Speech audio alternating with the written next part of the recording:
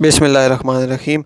अगर आपको पैल्पिटेशन यानी दिल की धड़कन महसूस होती है, तेज़ महसूस होती है या पहले से ज़्यादा महसूस होती है और आपने दिल का अल्ट्रासाउंड टेस्ट जिसको इकोकार्डियोग्राम कहते हैं वो भी करवा लिया है और उसमें मसला आया है माइट्रल रीगर्जिटेशन का और लिखा हुआ है कि माइल्ड माइट्रल रीगर्जिटेशन।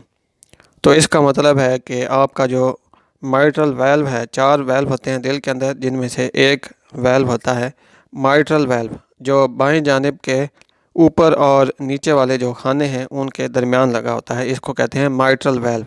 तो ये वेल्व लीक कर रहा है, ये इसका मतलब है माइल्ड माइट्रल रीगर्जिटेशन का। और माइल्ड का मतलब है कि मामूली सा लीक कर रहा है। तो ये जब ये मसला होता है तो उसके साथ दिल की धड़कन आपको तेज़ महसूस हो सकती है और आपका सांस तंग हो सकता है। तो इस सूरत में इलाज ये है कि अगर आपकी जो धड़कन है वो बहुत ज़्यादा तेज़ है, जिससे आपकी तबीयत काफ़ी ख़राब हो रही है, तो उस सूरत में आपको धड़कन कंट्रोल करने की गोलियां तजवीज़ होंगी, जो दो तरह की हो सकती हैं। एक होती हैं बीटा ब्लॉकर्स और दूसरी होती हैं कैल्शियम चैनल ब्लॉकर्स। तो मरीज़ की जो डिटेल में हिस्ट्री ली जाती है उसके बाद फ़ैसला होता है कि उसको कौन सी दवाई तजवीज़ करनी है।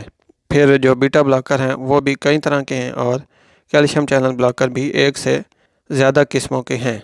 इसके साथ अगर सांस तंग हो तो इसकी वजह होती है फेफड़ों में कंजेशन, यानी फेफड़ों के अंदर पानी आ जाना या उसके अंदर से जो पानी है वो सही तरह से जब निकल नहीं सकता तो इससे सांस तंग होता है। तो उसके लिए मरीज़ को जो दवा तजवीज़ होती है उसको डायूरेटिक पेशाब आवर गोली कहते हैं। तो पेशाब आवर जो गोली है, दवाई है, वो भी एक से ज़्यादा किस्मों की होती है। अब अगर मरीज़ को प्रेगनेंसी है या उसने अभी प्रेगनेंसी का मंसूबा बनाया हुआ है, हमल का प्लान किया हुआ है, तो इस सूरत में उसको जो दवाइयाँ हैं उसकी वो रूटीन वाली दवाइयाँ नहीं होंगी जो बाकी सारे मरीज़ों के लिए होती हैं।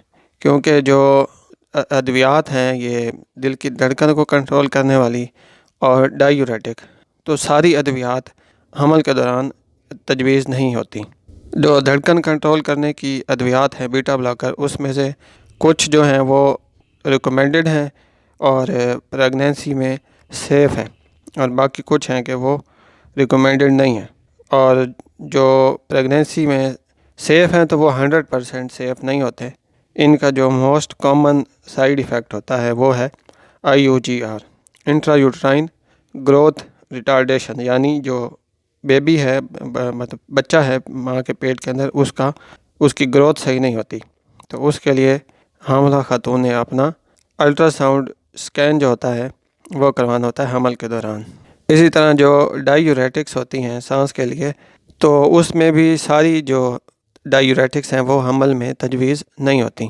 तो अगर किसी को दिल की जो वेल्व है उसमें मसला था और उसने हमल का प्रोग्राम बनाया हुआ है हमल करने का, तो इस सूरत में उसको पहले अपनी जो अद्वियात हैं वो एडजस्ट करवानी ज़रूरी हैं।